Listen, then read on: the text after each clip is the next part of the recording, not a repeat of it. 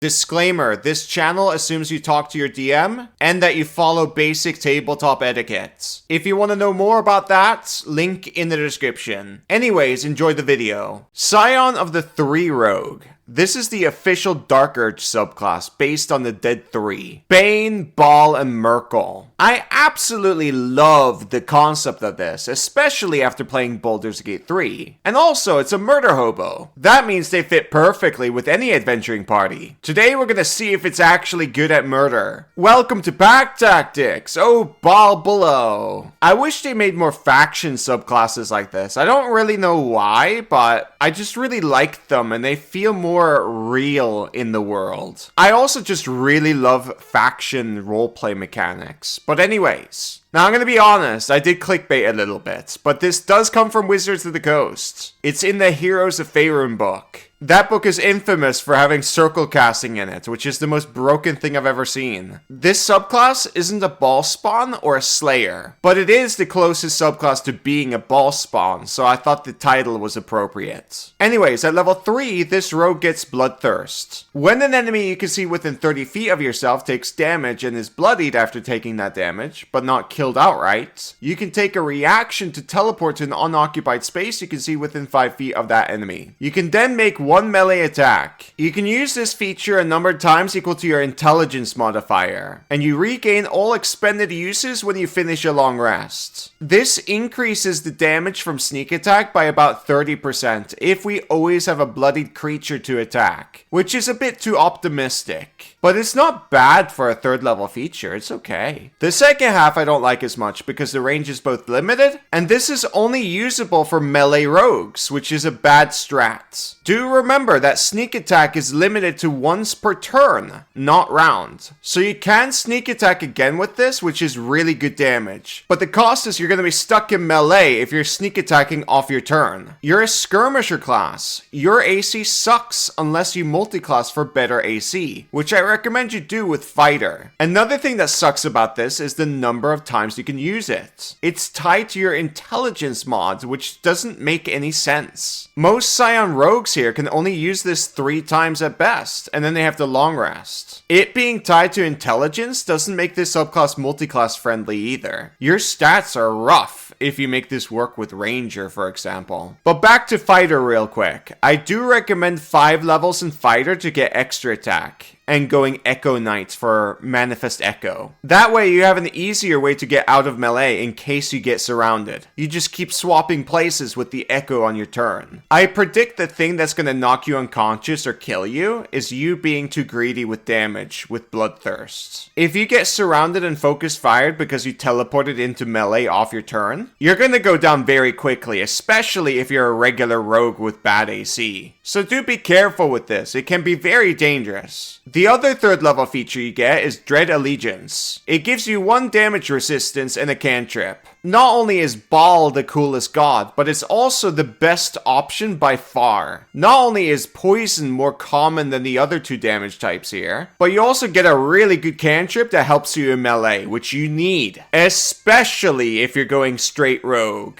Oh, Baal below. You should always be spamming this out of combat to keep it up all the time in case you end up in fights. What it does is attackers have to subtract 1d4 from all their attack rolls against you, which is something you need if you plan on teleporting off your turn into melee, cause you're gonna be stuck there and chances are very high you're gonna be focus fired. Level 9, you get a new Cunning Strike. Terrify. Costs 1d6 sneak attack. The target must succeed on a wisdom saving throw, or it has the frightened condition for 1 minute. While the target is frightened in this way, you have advantage on attack rolls against the target. The frightened target repeats the save at the end of each of its turns, ending the effect on itself on a success. With ranged attacks, or through your Manifest Echo if you want Echo Knight, this becomes really good because frightened enemies can't approach you, which is really good control. And because this is a skirmisher class, it's okay in melee too, you just use your cunning action to move away. But nothing beats the amount of reach a ranged weapon has. Even though I'm positive with this feature, it's not worth 9 levels. So I rank this okay. Next, level 13. Aura of Malevolence. When you use Bloodthirst and teleport, each creature of your choice within 10 feet of either the space you left or the destination space takes damage equal to your intelligence modifier. The damage type is the same as the damage resistance granted by your choice in the Dread Allegiance feature. Damage dealt by this feature ignores resistance. This is terrible. In the playtest, this was an always active Spirit Guardians that did bad damage, but I had no save, and it had a fixed number if I remember right. It had potential. I remember in the playtest I said this was too weak. It needs to be boosted. And they went the other way around. This here only activates whenever you use Bloodthirst, which is so much worse. The damage is super low and the AoE is small. This is really sad. Capstone, Dread Incarnate. You gain the following benefits. Cutthroats. You regain 1 expended use of Bloodthirst when you finish a short rest. Murderous Intent. When you roll your sneak attack damage, you can treat a roll of 1 or 2 on the die as a 3. Cutthroat is only 1? I should have infinite uses by now. Does Ball hate me? What's going on here? As for Murderous Intent, it's about a 14% increase to sneak attack damage without taking into account Bloodthirst. It's not that insane in my opinion. At most, this is a 5 DPR increase. 10 with multiple sneak attacks per round. Conclusion. The Murder Hobo subclass isn't good at being a murder hobo. I'm very disappointed it doesn't lean into Baldur's Gate fan service at all. Karlach is on the front cover of the book.